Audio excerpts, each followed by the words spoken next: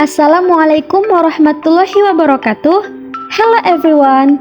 Perkenalkan, nama saya Amelia Rika Fadila Siregar, Program Studi Pendidikan Guru Madrasah Ibtidaiyah 0306213244.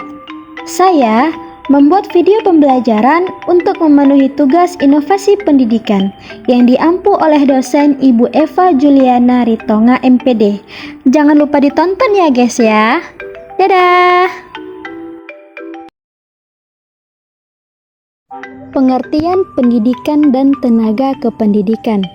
Menurut Undang-Undang Nomor 20 Tahun 2003 tentang Sistem Pendidikan Nasional, pendidikan adalah usaha sadar dan terencana untuk mewujudkan suasana belajar dan proses pembelajaran, agar peserta didik secara aktif mengembangkan potensi dirinya untuk memiliki kekuatan spiritual keagamaan, pengendalian diri, kepribadian, kecerdasan, akhlak mulia, serta keterampilan yang diperlukan dirinya, masyarakat, bangsa, dan negara. Sedangkan tenaga kependidikan adalah anggota masyarakat yang mengabdikan diri dan diangkat untuk menunjang penyelenggaraan pendidikan. Tenaga pendidikan bertugas melaksanakan administrasi, pengelolaan, pengembangan, pengawasan, dan pelayanan teknis untuk menunjang proses pendidikan pada satuan pendidikan. Selanjutnya yaitu jenis-jenis tenaga pendidik. Ada guru, dosen, konselor, pamong belajar, widyaswara, tutor, instruktur, dan juga fasilitator. Kemudian, jenis-jenis tenaga kependidikan. Yang pertama, terdapat tenaga struktural yang mencakup kepala sekolah dan wakil kepala sekolah. Kedua, tenaga fungsional yang mencakup guru, pembimbing atau penyuluh, atau kita bisa sebut dengan guru BP, kemudian peneliti, kemudian pengembangan kurikulum dan teknologi kependidikan, dan yang terakhir pengembangan tes pustakawan. Kemudian yang ketiga, ada tenaga teknis kependidikan mencakup laboran, teknisi sumber belajar, pelatih, di dalamnya terdapat olahraga, kesenian, dan keterampilan, dan yang terakhir yaitu petugas TU. Selanjutnya yaitu peran pendidik dan tenaga kependidikan.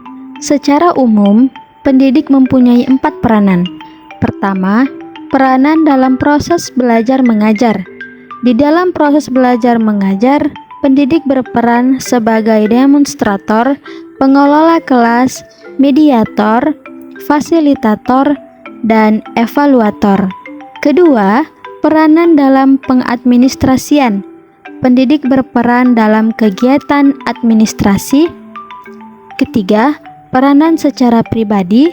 Dan yang keempat, peranan secara psikologis. Menurut Jamarah, peranan pendidik adalah sebagai berikut. Yang pertama, yaitu korektor, yaitu membedakan nilai baik dan nilai buruk dalam pelaksanaan pendidikan. Kedua, inspirator, yaitu memberikan ilham yang baik bagi kemajuan belajar peserta didik. Yang ketiga, informator, yaitu memberikan informasi perkembangan ilmu pengetahuan dan teknologi. Yang keempat, organisator, yaitu mengelola kegiatan pembelajaran. Yang kelima, motivator, yaitu mampu mendorong peserta didik agar bergairah dan aktif dalam proses pembelajaran.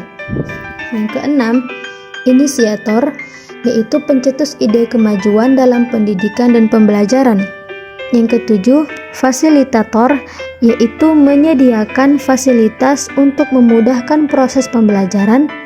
Yang kedelapan, pembimbing, yaitu bisa memberikan bimbingan ke arah yang positif.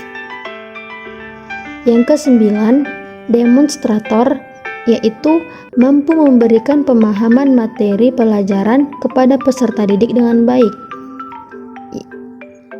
Yang ke-10, yaitu pengelola kelas, yaitu mampu mengelola kelas dengan dinamis.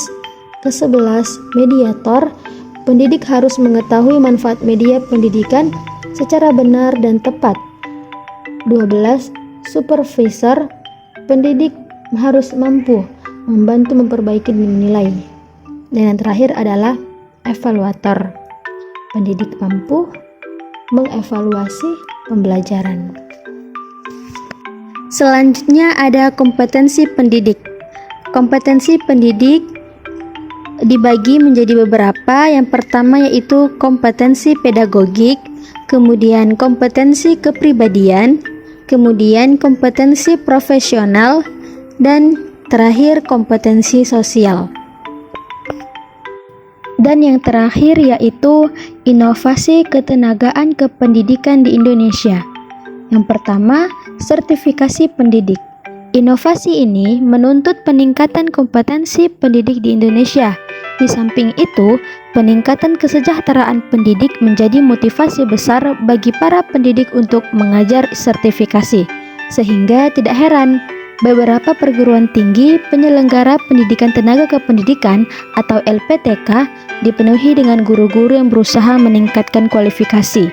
Dalam pasal 1 ayat 1 Peraturan Menteri Pendidikan Nasional Republik Indonesia Nomor 18 Tahun 2007 tentang sertifikasi bagi guru dalam jabatan disebutkan bahwa sertifikasi bagi guru dalam jabatan adalah proses pemberian sertifikasi pendidikan untuk guru dalam jabatan.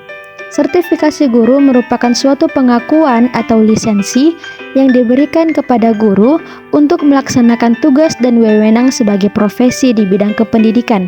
Konsekuensi dengan adanya sertifikasi dan lisensi guru menuntut pendidikan dan pengembangan kemampuan guru, sehingga guru tersebut memiliki standar profesi yang dicerminkan dari kompetensi yang dimilikinya.